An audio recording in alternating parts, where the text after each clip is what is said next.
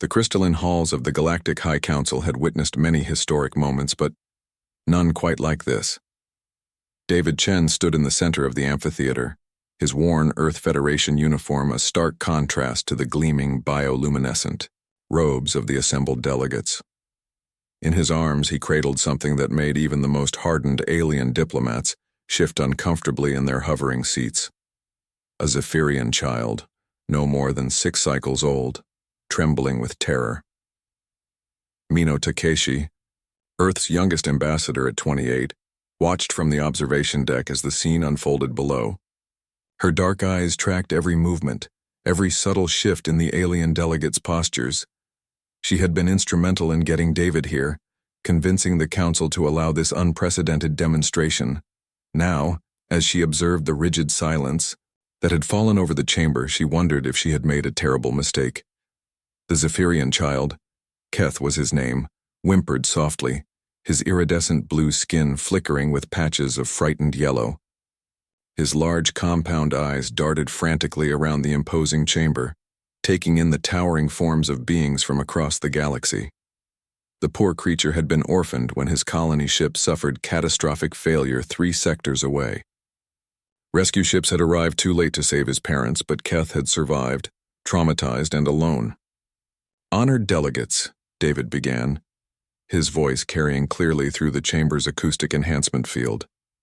"You have asked why humanity should be granted full membership in the galactic community. You question whether our species possesses the emotional maturity necessary for such responsibility." Counselor Vexhan, a towering morphite whose metallic exoskeleton reflected the chamber's ambient light, leaned forward slightly. "Human Chen, your species has demonstrated remarkable technological advancement and military prowess. However, emotional volatility remains a concern. Your people are unpredictable." David adjusted his hold on Keth, who had begun to calm slightly at the warmth of human contact. Perhaps that's exactly what the galaxy needs. A ripple of what might have been displeasure passed through the assembled delegates. The Kethamori representative, Ambassador Teleth, spoke in her species' characteristic harmonic tones. "Emotional unpredictability has led to countless conflicts throughout galactic history.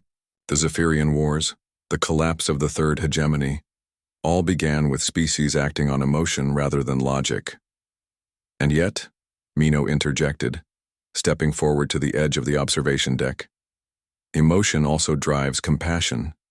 It motivates sacrifice for strangers. It makes us reach out to those in need even when logic suggests we shouldn't." David nodded toward Mino, grateful for her support.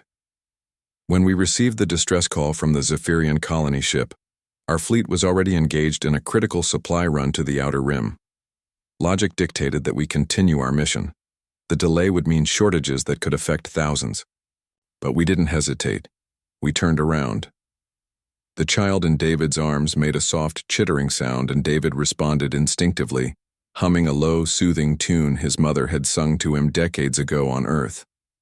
The alien delegates watched, transfixed, as Keth's coloration began to shift from the fearful yellow to a calmer green.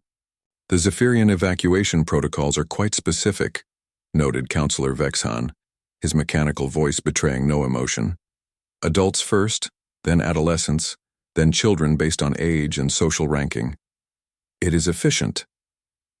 And it's wrong," David said simply. "When our rescue teams arrived at the colony ship, they found Keth trapped in the lower decks. By Zephyrian protocol, he should have been left until the final evacuation wave. Instead, Lieutenant Morrison crawled through, collapsing. Debris to reach him. She gave her life to pull him out." The silence stretched longer now. Several delegates seemed to be processing this information, their various forms of communication, bioluminescent patterns, harmonic frequencies, electromagnetic pulses, creating a subtle undercurrent of discussion. High Counselor Zephyra, ancient even by Etherian standards, spoke for the first time in the session. Her telepathic voice touched every mind present simultaneously. "You speak of sacrifice, human. But sacrifice for one unknown child seems illogical. What strategic value did this action serve?" Mino descended to the main floor, her footsteps echoing in the vast chamber. With respect, High Counselor, you're asking the wrong question. We didn't save Keth because of his strategic value. We saved him because he needed saving, because he was afraid and hurt and alone. David felt Keth's small hand grasp weakly at his uniform. The child had stopped trembling now, seeming to find comfort in the steady rhythm of David's heartbeat. Every species represented here has children, David continued. But somewhere along the path to galactic civilization, many of you forgot what that means. You've optimized your societies for efficiency, for logic, for the greater good, and you've lost something essential. And what is that, Human Chen? Ambassador Teleth inquired, her harmonic voice carrying a note that might have been curiosity. The willingness to be foolish for the right reasons, Mino answered. The courage to act on compassion even when it's inconvenient. The strength to hold someone who's afraid, even when the whole galaxy is watching and judging whether you're worthy of their respect. Keth made a soft sound and looked up at David with those large, multifaceted eyes. For a moment, the chamber held its breath as the child reached up with a trembling appendage to touch David's face. A gesture of trust so pure and simple that several delegates shifted in what might have been discomfort. High Counselor Zephara's mental voice was quieter now, more thoughtful. The child responds to you as he would to his own kind. This is unexpected. Mammals, reptiles, energy beings, crystalline entities. It doesn't matter what we look like on the outside. David said softly. Fear is universal. So is the need for comfort. So is love. The word hung in the air like a foreign concept in these halls of logic and efficiency. Love, messy, irrational, powerful love, was not something often discussed in galactic politics. Counselor Vexhan's exoskeleton clicked as he adjusted his position. If we grant humanity full membership, you will face crises that demand impossible choices. You will be forced to choose between emotional impulses and practical necessities. What then? Mino and David exchanged a glance. It was Mino who answered, her voice steady and sure. Then we'll choose both, Counselor. We'll find the third option, the one that logic says doesn't exist.